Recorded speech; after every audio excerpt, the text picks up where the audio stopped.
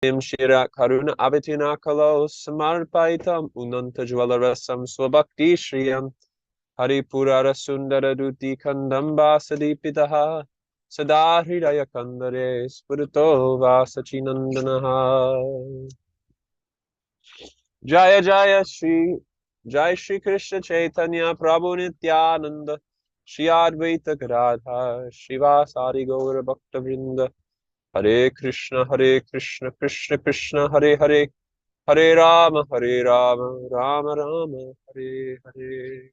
Kunkarati vachalam pangalangayate girim, ya kripataraham vande Shri Gurum Dunitarinam, Durgame patimenantasya sakalat paragatir muhur, swakripa yasti danena santa sanpavalandanam.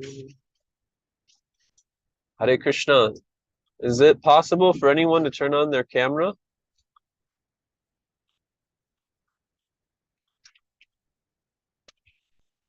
If you're in like a work circumstance, I understand. But if not, if you're seated peacefully, it's nice that the cameras are on and anyone who's present can be visible.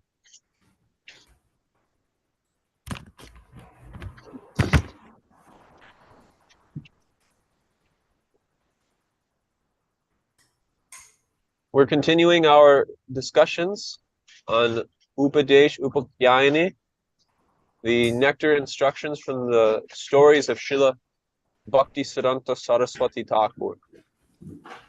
Today is a very humorous story. There was once a Bengali villager who didn't know any English, and he was actually illiterate. But he was able to somehow conjure up learning a few sayings in English. He learned yes, no, and very good. So once when this Bengali villager, he was living in his village, and there was a group of dacoits who actually murdered someone, and they were going to frame this villager for having killed the man. When the Bengali villager was brought in front of the judge asked him, "So did you kill this man?" The Bengali villager said, "Yes." And then when the judge said, "Was there anyone else with you?" He said, "No." And he said, "You realize you're going to go to jail."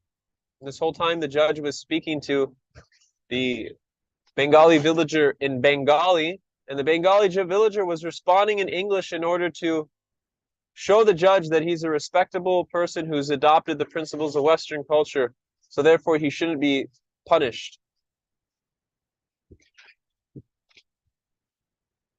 And as this Bengali villager was going on saying yes, no, and digging himself a hole which he wouldn't be able to get out of, when the judge asked him, "You realize you're going to go to jail?" The Bengali villager, in his final attempt to try to save himself and boast his high sense of learning, said, "Very good." So Bhaktisiddhanta Saraswati, he explains that this story, it brings out how people may may study many shastras, they may associate with many so-called learned pandits, and they may learn many shlokas. But as it said in the Upanishads, Nayamatma pravachayena labhyo namedya na bahuna shutena. Yam eva savi vinutena labhyas taisyatmana vavinute tanuswam. That Krishna does not reveal himself to one who has high learning, to one who is heard from many different pandits, or to one who even possesses astute intelligence. Rather, Krishna only reveals himself to those who he chooses. In the Chaitanya Charitamrita, there is a story of Tapana Mistra, who was a Brahmana, but he had become confused in his course of studying the Shastra because he had studied too many books and heard from too many people, and he couldn't ascertain what the ultimate goal of life was. when he was associating with all of these personalities, he had become confused about the process of self-realization, and he had could become confused about the ultimate goal. So in order to change his disposition, in order to rectify himself, he approached Chaitanya Mahaprabhu, seeking to understand what was the ultimate truth of life. And Chaitanya Mahaprabhu told him, Bahu Shastre Bahu Vakye Chitta Brahma Hai Sadhya Sadhana Shreshthana Hai Nishchay. That you've studied so many books and so many shastras, but instead of becoming fixed in knowledge, Chitta Brahma Hai, your consciousness has simply become confused. And from this confusion which you've imposed upon yourself, Sadhya Sadhana Shreshthana Hai Nishchay. This syndrome of Tapana Mishra, to study many books, to want to acquire lots of unique, esoteric, metaphysical knowledge, psychological, astrological, Ayurvedic. These are all deep distractions from the path of devotional service, and it's a kind of cheating propensity, the vipralipsa tendency within the heart of the living entity to try to get an upper hand in their spiritual life by studying different shastras and being able to present so many different concepts and ideas. But you'll see that people who do such things, they generally don't have a clear conclusion as to what all of that knowledge is meant to bring them to. They may study Sankhya, they may study Gyan, and then when you ask them, why are you studying these things? They'll say, it's just for the sake of philosophy. It's just for the sake of philosophy. But we learn from the Srimad Bhagavatam that the culmination of all knowledge is to be constantly absorbed in glorifying the Supreme Personality of Godhead. Vishal Vinod, can you bring up the 5th chapter of the 1st canto of Srimad Bhagavatam?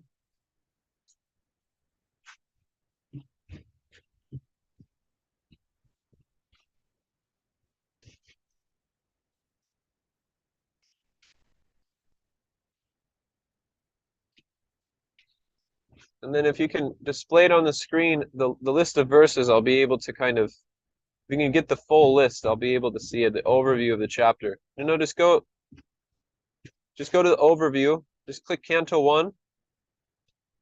No need to do the advanced query. We'll just make things complicated. Let's go to Canto 1 and then Chapter 5. Yeah, there we go. Now go down. Keep going. Keep going.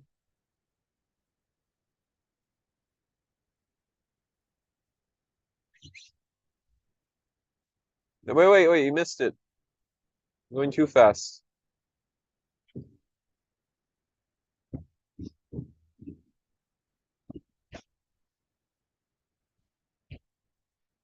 Slow.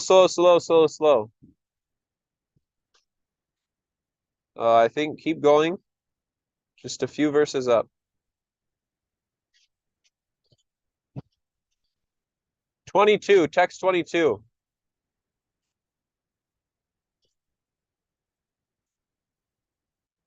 Text 22. Can you click on that?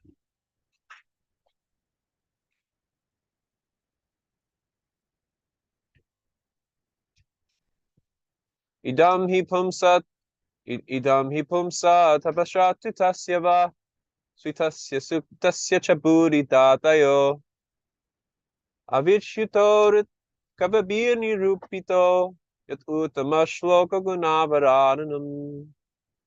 This verse is the conclusion of Narada Muni's instructions to Vyasadeva after Vyasadeva had become despondent in his compilation of the Vedas, culminating in the Vedanta Sutra. So he was asking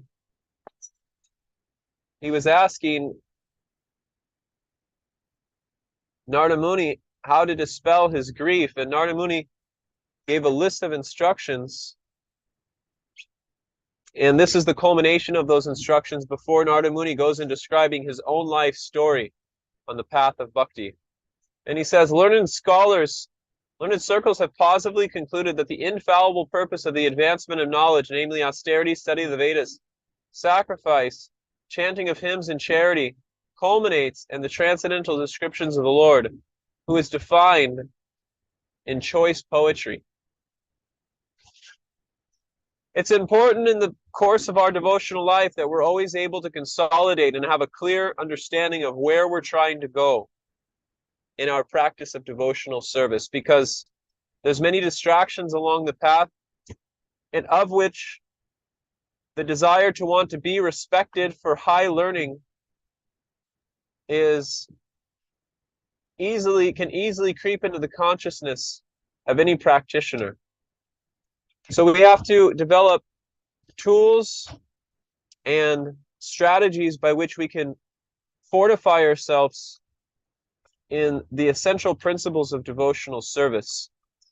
And one of the easiest ways to fortify ourselves in the practice of devotional service is to have a clear understanding as to how our acharyas understood what being learned actually meant.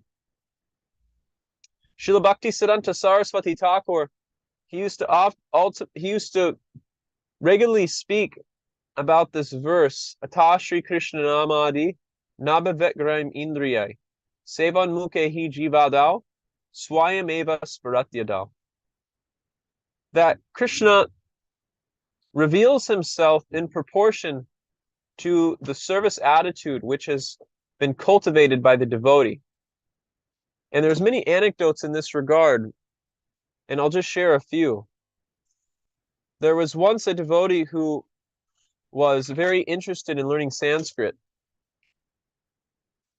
And he was so fascinated from learning Sanskrit that he told Bhaktisiddhanta Saraswati Thakur that he would like to pursue this endeavor. And Srila Bhaktisiddhanta Saraswati Thakur told him, better than learning Sanskrit is that you become involved in book publishing.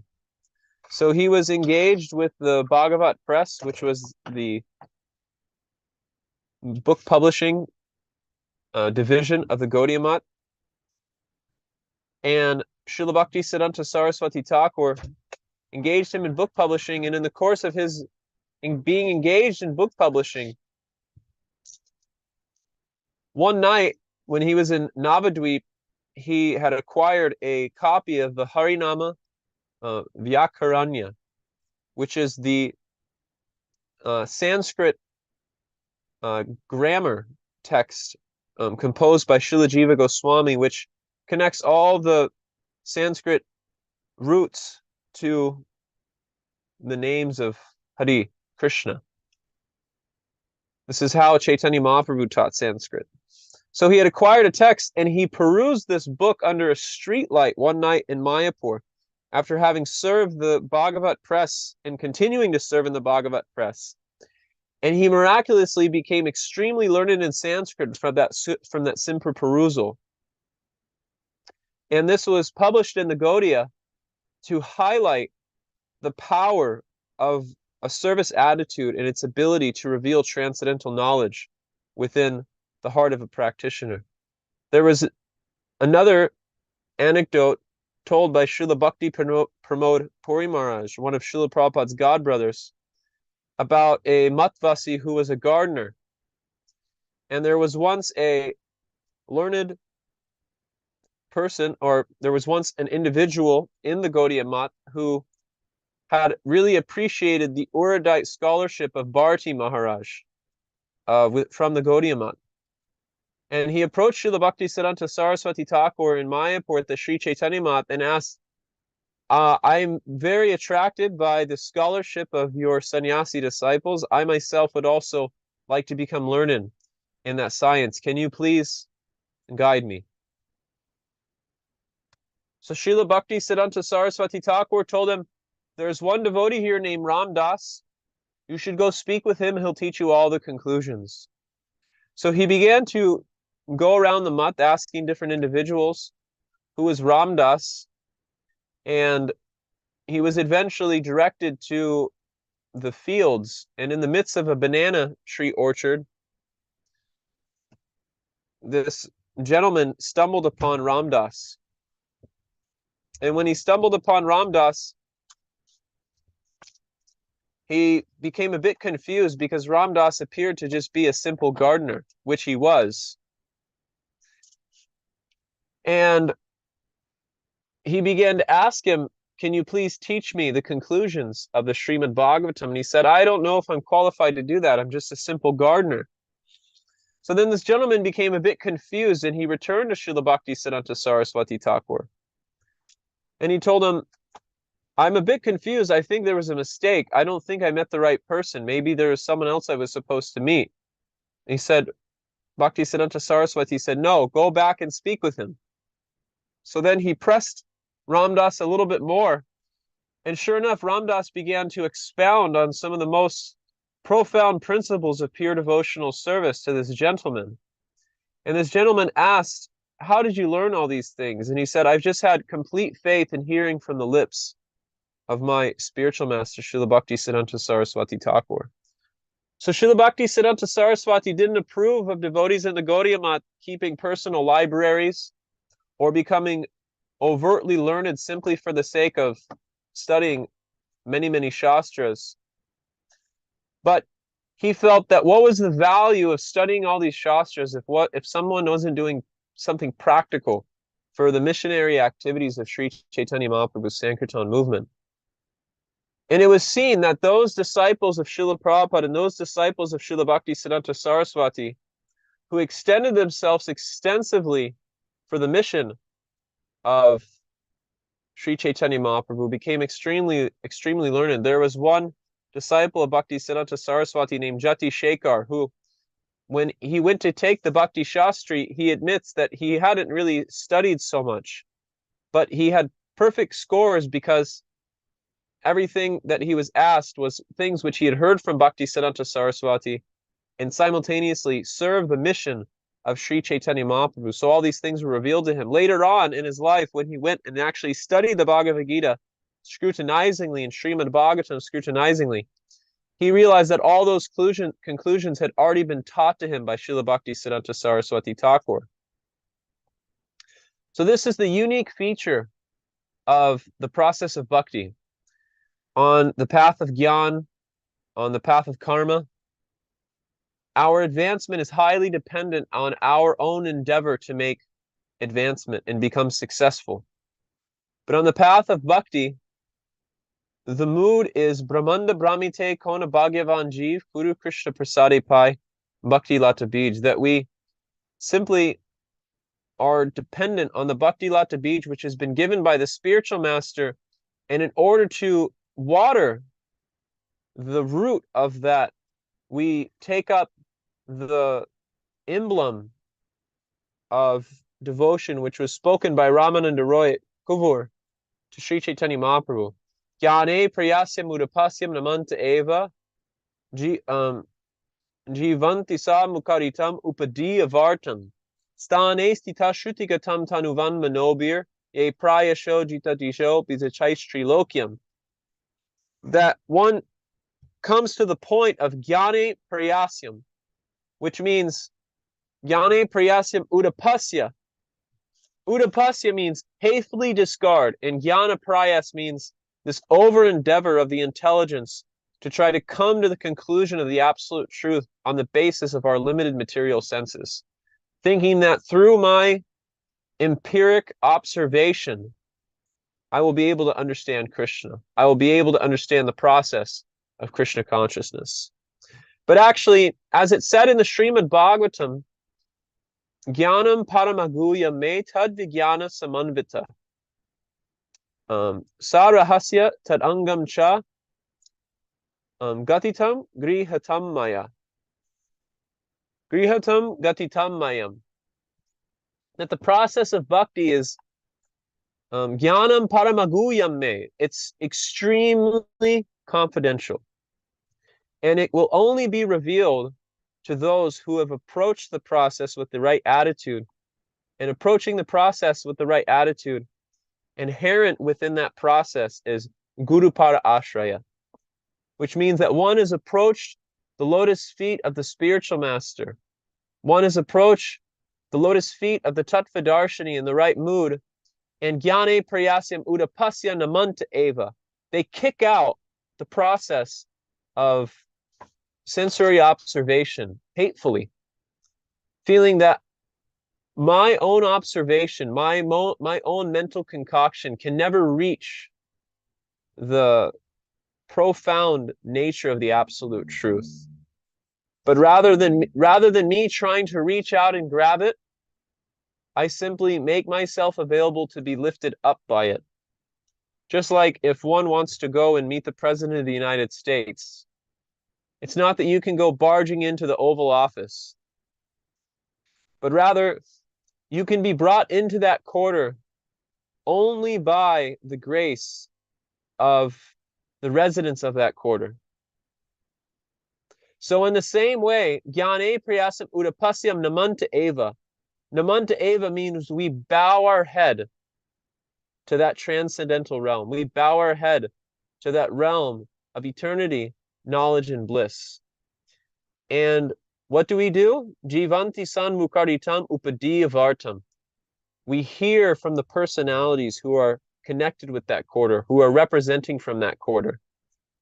And based on what we hear, we act. Shrinvatam Swakatakash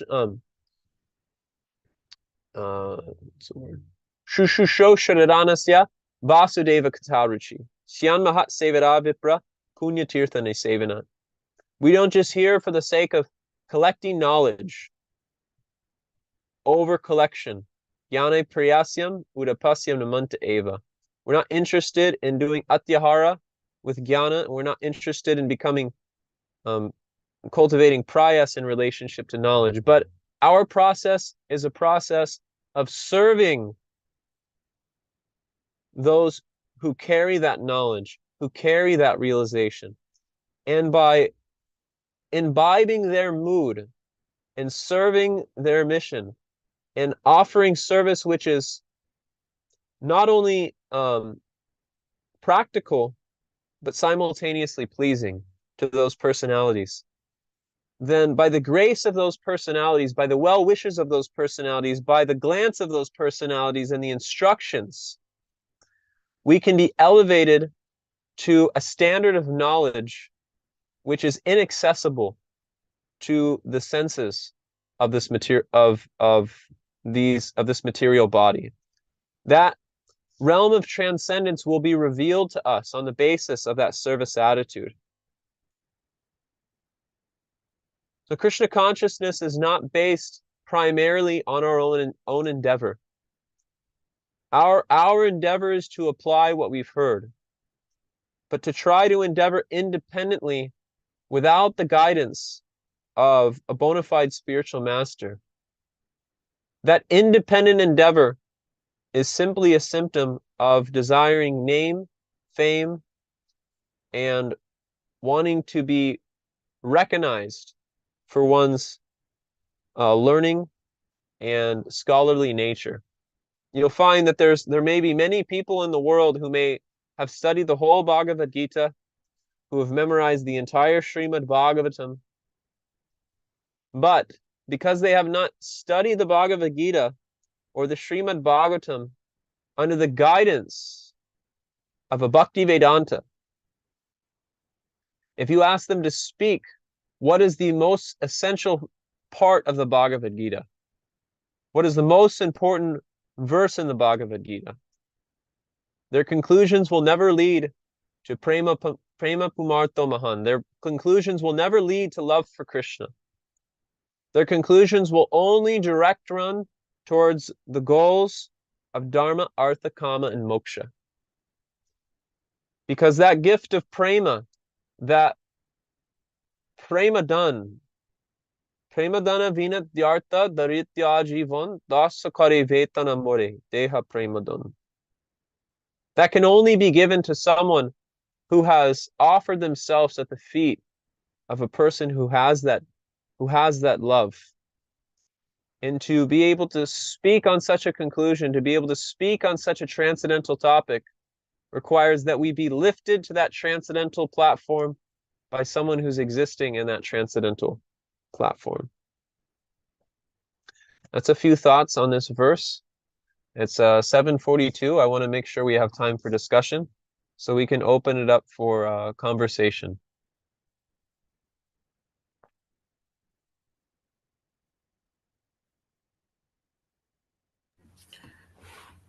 Thank you very much for the class, Prabhu. It was very inspiring to hear about our motivations towards learning Shastra.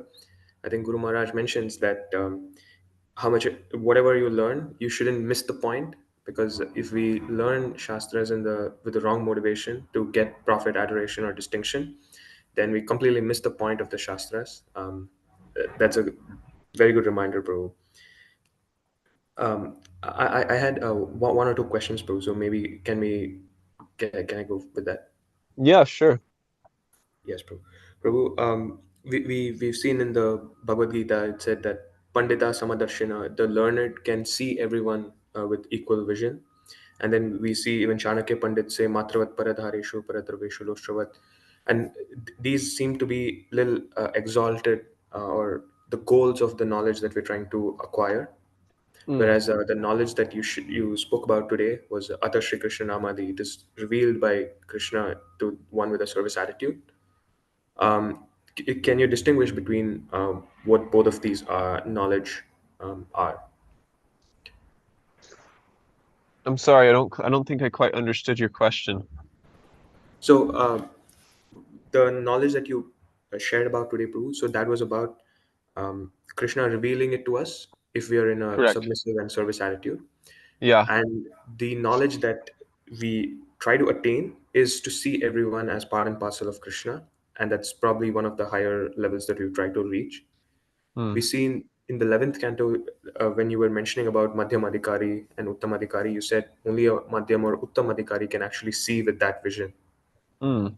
So how do we go from where we are to there? Well, that realization, Krishna talks in the Bhagavad Gita. If you look at Tadvidi Pranipatena Praniprashnena Sevaya Upadakshyanti Te Jnanam Jnaninas Tapadarshina. If you look at the next verse, it says Yagyan Bana Purnam Moham Evam Yashashi Pandava.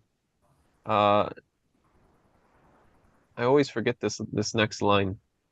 It never sticks in my consciousness. Yagyanfa na purnam moham evam yashashi pandava. Tena twak tena no. You'll have to look it up. Right after Tadvidi Pranipatena. I always forget this.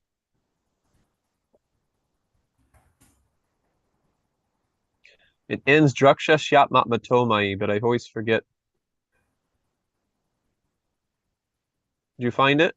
Yes, Prabhu. 435, yes, Prabhu. Maybe you can display it on the screen. Mhm.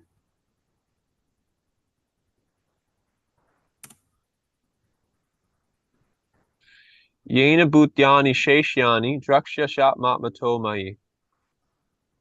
Evam Yaishashi Yagyanfa na purnam moham evam Yaishashi pandava. Yena bhutyani sheshyani Draksha matmatomai. Drakshi apyatmatomai. Atman yatmatomai. Having obtained knowledge from a self-realized soul, you will never fall again into such illusion. For by this knowledge you will see that all living beings are but part of the Supreme, or in other words, that they are mine. Mm. So actually, realization of this Vidyafanaya Samprane Brahmani Gavani Hashtini. Sunichaivasa Pankecha Pandita Samadarshina.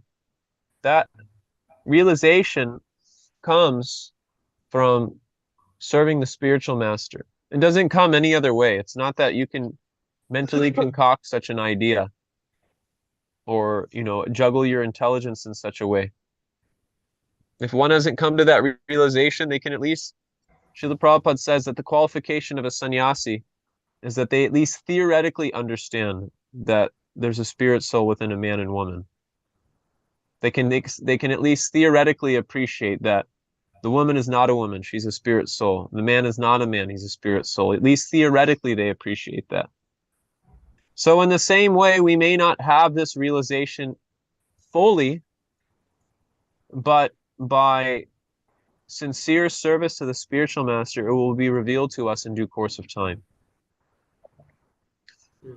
So this is the result of doing proper Guru Seva.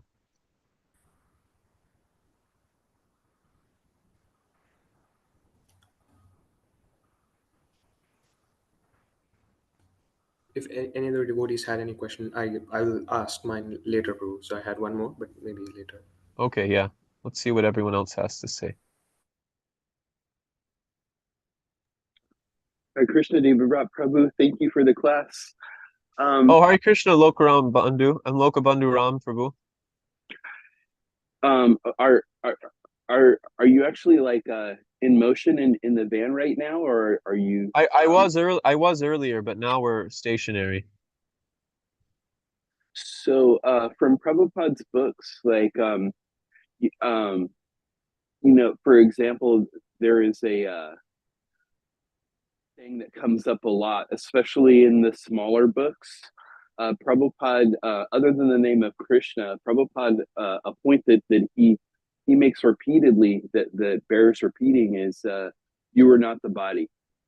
Correct. So that's something he says again and again, and that's something that that anybody can understand to some extent when they hear that and they think, "Oh, I have a body. I'm not the body," and that's a very simple a very simple expression that can actually be explained in much greater detail. Like I think I've heard like what was Sankhya is like the science of differentiating matter and spirit, Hmm. and that goes into like great detail about like different qualities, different separate categories of qualities of of matter and spirit and these kind of things. And I just wanted to try to give a reflection on this class. One of the points that really stuck with me big time was that there was a disciple of Srila Bhaktisiddhanta Saraswati Thakur that wanted to learn Sanskrit, but he was engaged in a lot of seva for a spiritual master, and in the process of working for the press, he was able to obtain a copy of the text that Jiva Goswami wrote that explains like roots of Sanskrit or Sanskrit Hmm. uh, information in a way that is kind of like a study also in Krishna consciousness. And yeah, so I the reflection that I like to give is like from a lot of different things that you said on this topic this morning is like similarly to like something that's very easy for anybody to understand, like Prabhupada saying you're not this body. Um, you know, kind of like if I was to try to take what I heard and thought I understood from today, I would say don't put the cart before the horse. Correct. That's a nice analogy. That's really good. I mean, just think about that. Think about a cart and a horse. Like maybe there's some way that it works, but really that doesn't work. It's not something that you're going to want to do. Yeah. You might be able to make something that forces the force of a horse to push it from the back or something, but it's just not the way to do it, you know, and it just doesn't work. Yeah. That's a great point. I'm reminded of this verse, Vasudeve Bhagavati Bhakti Yoga Prayojita Dhyanadasyasya Vairagyam Jnanam Chadyara Hoitukam. That just by engaging in Vasudeva Bhakti, knowledge and detachment arise automatically. So I really resonate with your analogy which you gave, putting the horse before the cart. We have to make sure our service attitude is right before we become concerned with extracurriculars. I have one friend who's currently in the process of studying Bengali, lives in a different part of the world. And he told his spiritual master, and his spiritual master said, not more important than just, not necessarily as important as learning languages is becoming fixed in Hari Seva. So it's not, this devotee's a nice devotee, but his spiritual master was just giving him that warning that, don't think that this study of language is bhakti itself. More important is the mood of service which is being cultivated. Nice point, Lokabandhu Ram Prabhu. Thank you very much. Thank you, Devavratha, Prabhu. Hare Krishna. Anyone else?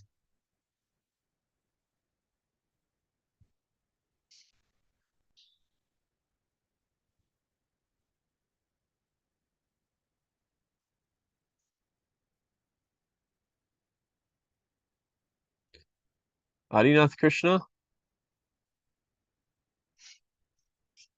Hey, where's everyone at the BYS, Vishal? Is everyone not living there anymore? They are here, Prabhu. So Devaprasna Prabhu and Nakul Prabhu had to leave for work a bit earlier. Okay. And Anand Chaitanya Prabhu just left now. Who left? Anand Chaitanya Prabhu. Ananda Chaitanya? Ananda Chaitanya, yes, Prabhu. He serves at Oh. Bhakti SF. Yes, Prabhu. Oh, is he living there now? No, Prabhu. He comes and stays with us on some days. Okay. Yes, And where's Ekachakra Pran? his parents are here too, so Ekchakra Pran Prabhu is staying with them in the Airbnb. I see. Okay. That's nice. Adinath Krishna Prabhu, do you have something to say? Hare Krishna, Deva Prabhu. Yes, Prabhu. I want your opinion on this subject matter. Just yesterday, this is in regards to attaining knowledge through the mercy of the spiritual master. We were just reading Lokabandhu Prabhu and I yesterday in the Srila Prabhupada Lilamrita that he never asked Bhakti Siddhanta Saraswati Thakur any philosophical questions. He simply asked him one question: how may I serve you? My question Correct. is specifically, how balanced should we be? Is this something that is an exception, or is it something that we have to balance? Well, Tadvidi Pranipatena, Tadvidi Pranipatena, Praniprashnena Shevaya, Upadakshanti Te Jnanams, Jnaninas Tatvidarshana. Relationship with the spiritual master functions on the basis of inquiry, submission, and service. So I would say it's definitely it's a balance of all three of them. But Srila Prabhupada's mood was exemplary, and but simultaneously, it's not that he was philosophically naive. He was quite learned, and he heard his spiritual master very attentively. And it seems that he also was reading the Gaudiya and the Nadia Prakash regularly. And although it's not explicitly mentioned, when you read Bhaktisiddhanta Vaibhav, it's clear that Bhaktisiddhanta Saraswati wanted his disciples to be reading the Gaudiya regularly. So by the law of deduction, you can ascertain that Prabhupada was likely reading that. So it's not that Prabhupada was philosophically foolish. And he did, in some instances, speak philosophy with his godbrothers. like Bhakti Rakshaka Shidhar Maharaj and Bhakti Pragyan Keshava Maharaj. He had some philosophical discourses with them. But simultaneously, it seems that the way Srila Prabhupada functioned in relationship to his spiritual master, he was just interested in knowing what he can do to serve. And that's really the essence of knowledge. The point of the study of Shastra, the point of chanting the holy names, is all simply to bring out a service attitude. Bhaktisiddhanta Saraswati, it was the standard in the Gaudiya Math for devotees to chant 64 rounds a day. But Bhaktisiddhanta Saraswati equated chanting with seva. That doesn't mean you abandon your 16 rounds, but for those who are serving in the temple as pujaris, Bhaktisiddhanta was very strict. You have to finish 64 rounds. But for those who are preachers, Bhaktisiddhanta Saraswati had a concession that you chant 16 and serve the missionary activities through preaching or managerial services and organizing preaching. So Bhaktisiddhanta Saraswati had an understanding that what's the value of chanting 64 rounds if that mood of service isn't there? Despite the fact that he made that concession for his preachers, many of his sannyasi preachers were still chanting 64 rounds a day. So actually, the byproduct of this mood of service is an incredible taste for chanting the holy names and an incredible taste for studying Srimad Bhagavatam. That taste is not something which can be concocted from an outside source. It can only be cultivated by the mercy of the spiritual master and making sincere effort to apply what one has heard. There was a lecture where Srila Prabhupada says, hearing means application. Doesn't mean you just hear for some time and then go away. But if you're hearing from the spiritual master, it means I'm hearing this to reform myself, to transform myself, to purify myself.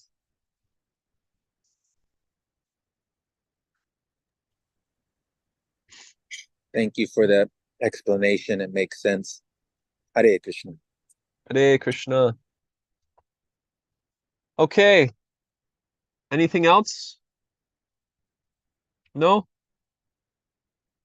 All right, thank you all very much. Very grateful for all your association. Dande nichaya trinikam pariyor nipatyat kritvata tatakam sada etaraham bravimi. Esadava sakalameva vihaya durat. Goranga chandra charane kurutanu ragam. Hare Krishna. Hare Krishna. Thank you very much, Devavratha Prabhu.